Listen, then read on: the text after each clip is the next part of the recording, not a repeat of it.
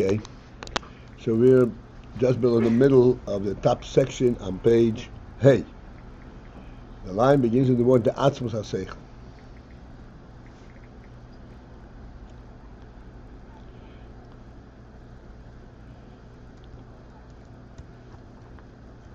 So there is the sechel that is mislavish in midot.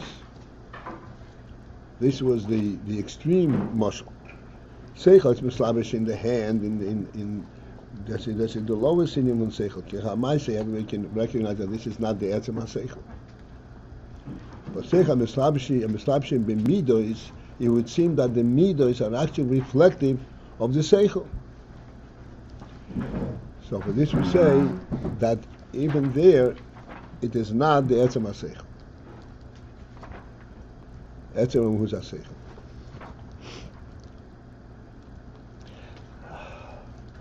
The term mahus it really needs to be identified, and eventually we'll find the words to put it in. Essentially,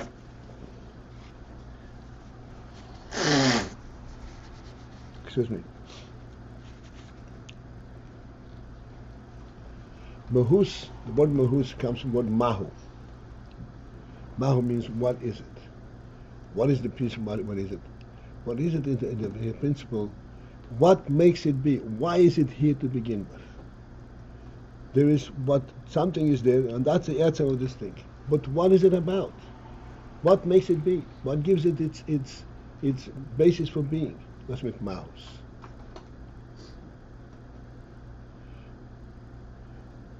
Like we always say, Odom shein lebayis einay odom.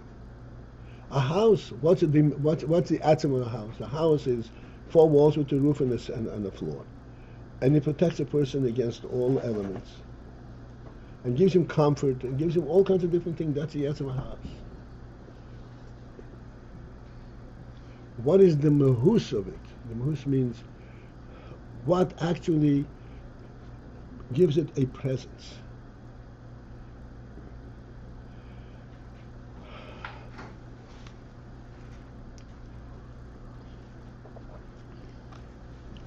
Initially, when people needed to protect themselves against the weather, they climbed into caves. If that is all it is, climb into a cave. It's even a better protection.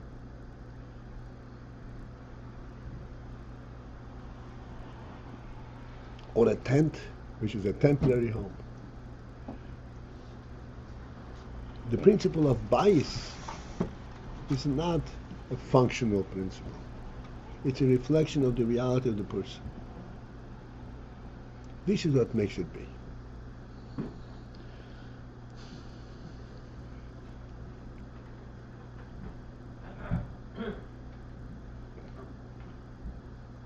It says regarding Kedusha, regarding the Mevash, says, I was journeying in a tent all the way to the time when David HaMelech thought of building him as a midot, and Shlomo HaMelech built him as a mikdash. What's the difference? The tent contained the Aron Kodesh and contained all the Mizbeach and all the Korbanos. But this Inyan, that there was a mikdash and Mokim Kovua, that is to change the entire godly presence in the world.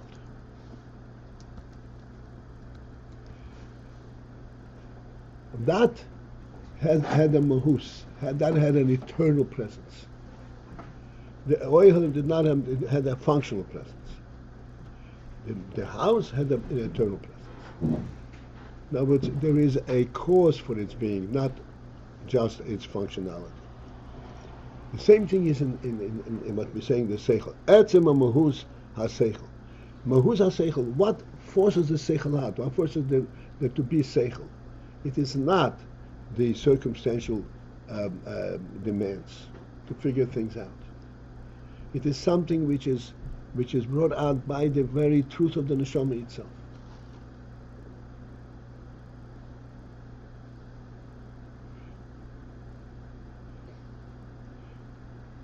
The atzmus sechel who the atzmus of the sechel is lahaskil sichlim amukim v'nalim. It is to comprehend, the masculine, to conceptualize sichlim amukim, very deep sichlim, v'nalim, and superior sichlim. Shirim sayochel midas klal, that do not pertain to midas at all. In other words, to get into seichel, the truth of the neshama itself. Amukim v'nalim. This is the de-atzmus sechel. What creates a seichel? The neshama creates a seichel. The neshama is come down into the world, lamata. But the neshama is not lamata. The neshama is alamayla. Therefore, that forces out that here lamata we should be able to relate to the truth of the neshama itself. This is the seichel amukim v'nalim. B'chol inyan, and in every inyan that the seichel gets involved, be'etzem u'mahuz ho'inyan, the principle of seichel, the etzem of seichel is to delve into the etzem u'mahuz of the inyan. Whatever inyan he understands, he delves into the etzem u'mahuz, not its functional element, but the etzem u'mahuz ho'inyan. Like we always point out. What's a table? What means a table? Everybody knows what a table is. But what is the etzem mahus of the table? What makes it? What is the essential presence of this table? That's the inyan seichel. And that's naturally way beyond midot. That's much. It might be beyond any functional thing.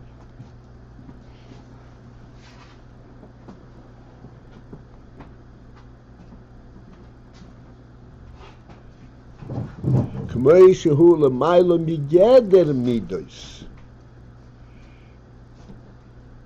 geder midot? Geder means a fence. It means the general realm of midot.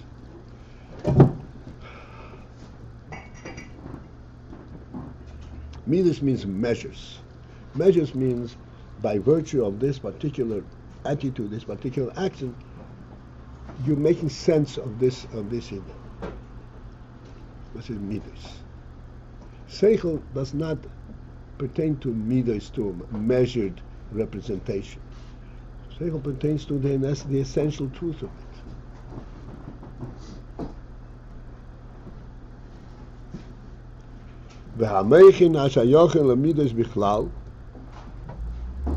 And also the meichin that are related to midot bichlal in general. In other words, that which is in meichin pertains to midot hainu, which is chitzonius hameichin. Which is the chitzonius hameichin. The chitzonius hameichin means the external part of the meichin. How the meichin would be manifest externally. And then all the way down to the moichin sheba midas, the moichin that are actually in the midas itself. And so we have several madrigas over here. I know we should delve into each one individually, but just the inyan from moichin sheba midas.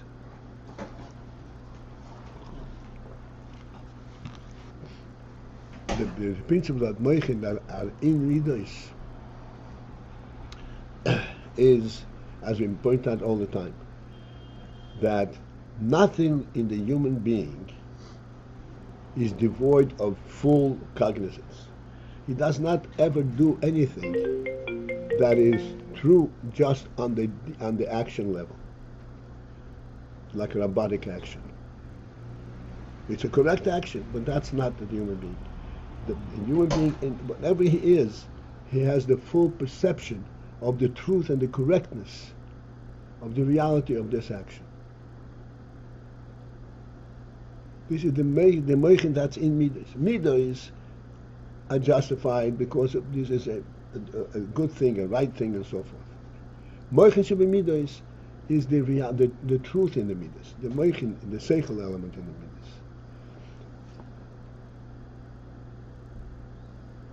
So mechas u'midas shehu ha-bechein. This is the mechin that are part of the midas. That is also that is referred to as ha-bechein.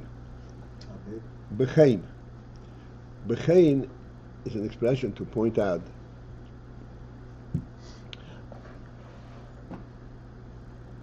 normally in a full health, in a full impact, sechel immediately affects the midas.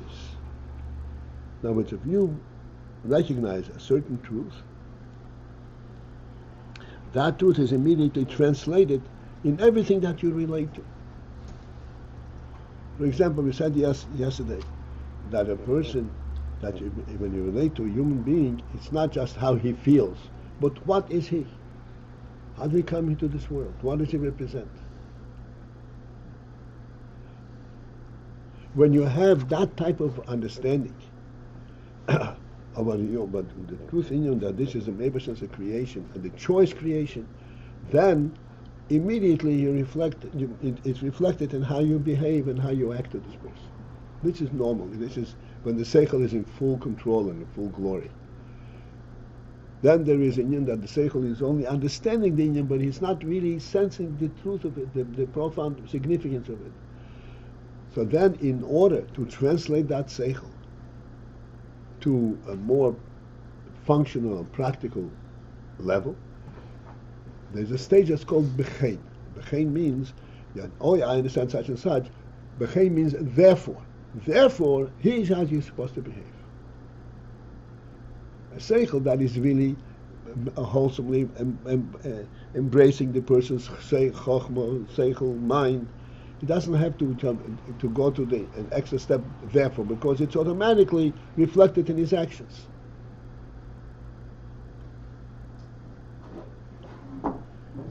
Rambam says, ha-chocham nikeh, the chocham can be recognized not only in what he does and the rightfulness of his action, but everything in how he does everything. When he walks in a respectable manner. When he eats, how he speaks. He does not speak in higher tones. He does not scream out when he says. He speaks with obvious thought and obvious contemplation of what he's trying to say. Does not blur out words. And there's a chacham nikeh in everything, in his walking, in his eating, in his talking, in his normal behavior. You could see by the way this is a chacham.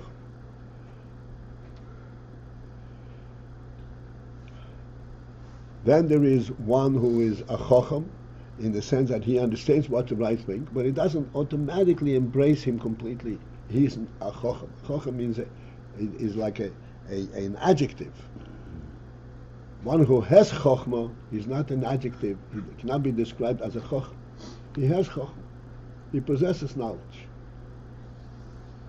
For this knowledge to translate into the reality of his life, there's an extra step. It's called bechein.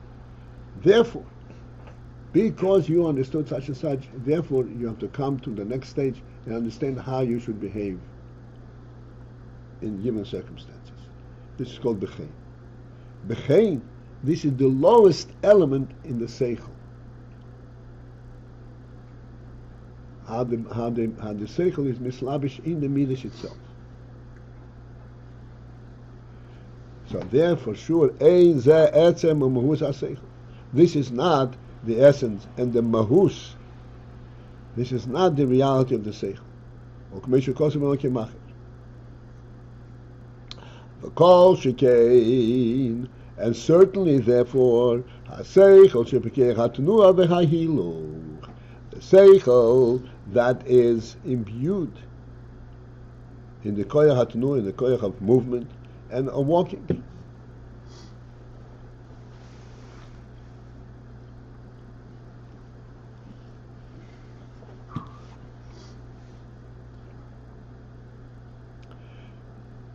She'ein zeh mehus ha-sechel, that the sechel that is imbued in the koyach ha-tenua. Like we said, the koyach ha-tenua, the sechel joins the koyach atnua to be able to direct it to create wonderful forms, beautiful forms. This is not the mahus sechel. This is what's called chitzonius sechel, or sechel hamaisi. It is a derivative of sechel, not the mahus sechel itself.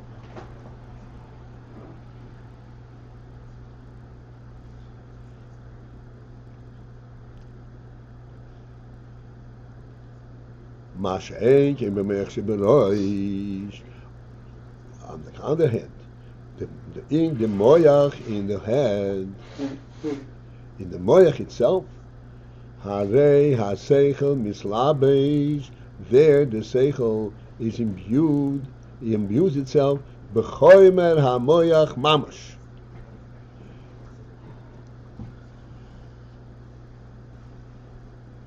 In the tangible aspect of the moyach mamash. In other words, the actual material of the moyach, the physical material of the moyach, senses the sechel.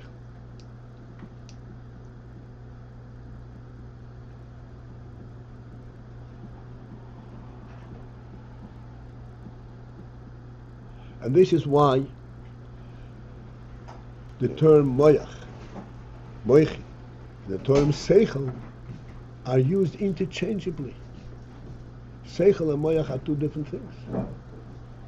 Moyach is the physical abode, keli for the sechel.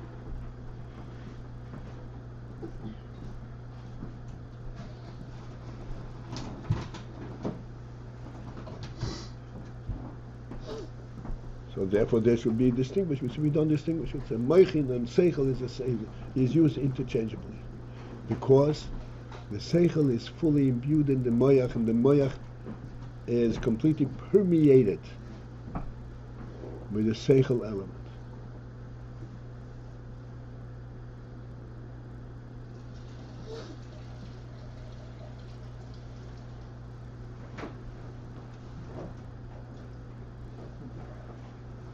Umislabesh boy mahus de-atzmus sechel, and there in the moyach is mislabesh, is imbued the mahus de-atzmus sechel, the very essence of the sechel, the very reality of the sechel. Lahaskil called var sechel b'chochma, for the purpose of comprehending and conceptualizing any sechel.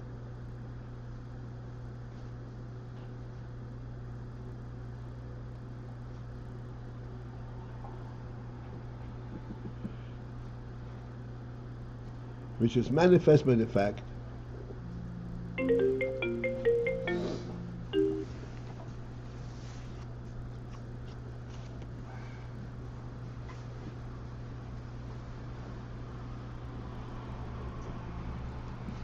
that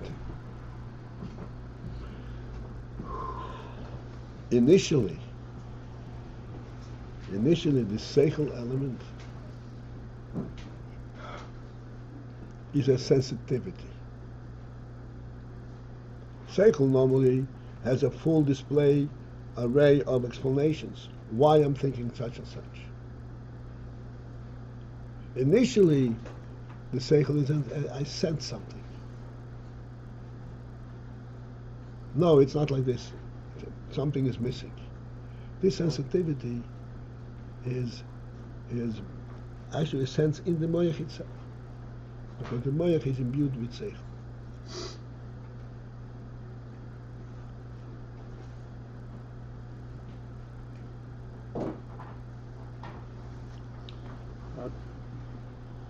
I'm not getting how the moyach and sechel are used interchangeably. It sounds like mind. In English, you'd say mind and brain.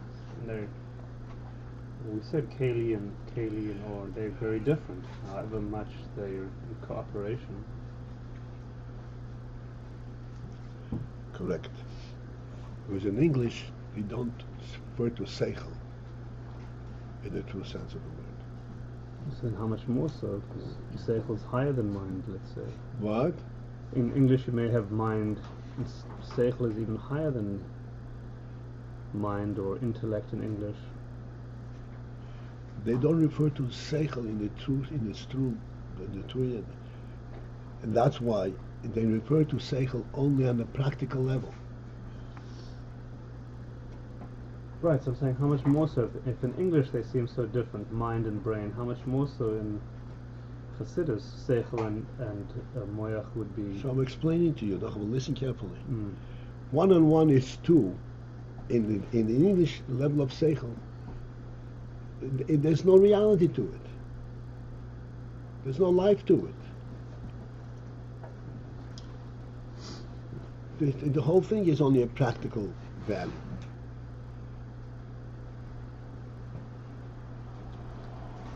So the brain cannot be affected by that kind of sechel.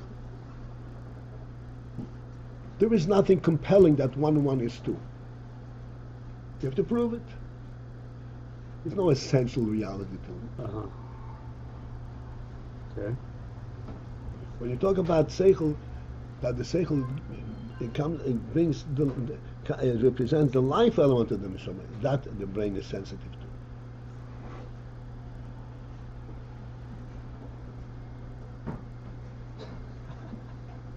That the brain is sensitive to. Yeah, So because if you go higher to essence level, then taka, that's where brain somehow picks it up or is meshing with that. I mean, usually Or and Kali are categorically different. Here we're talking about something different, a different paradigm. if you're talking about the keli to an essential element, then the keli has to be suited for it. It has to be bottled to it. It's not just a recipient on the periphery. Mm-hmm. Right. And if I keep seeing that motion remains physical, remains in the physical realm, whereas sechel clearly not. In the physical realm, the human being is alive. Not alive like a dog, but like a human being. In the physical realm. That's etzem v'zasech. As if to say, elevating the physical out of kumris, Right. putting it in the gather of etzem. That's right.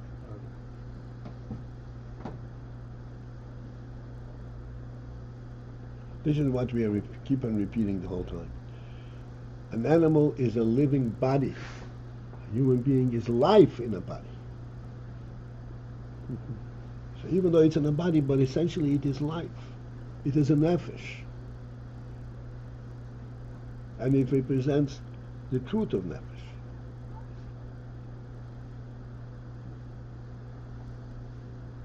Mm-hmm.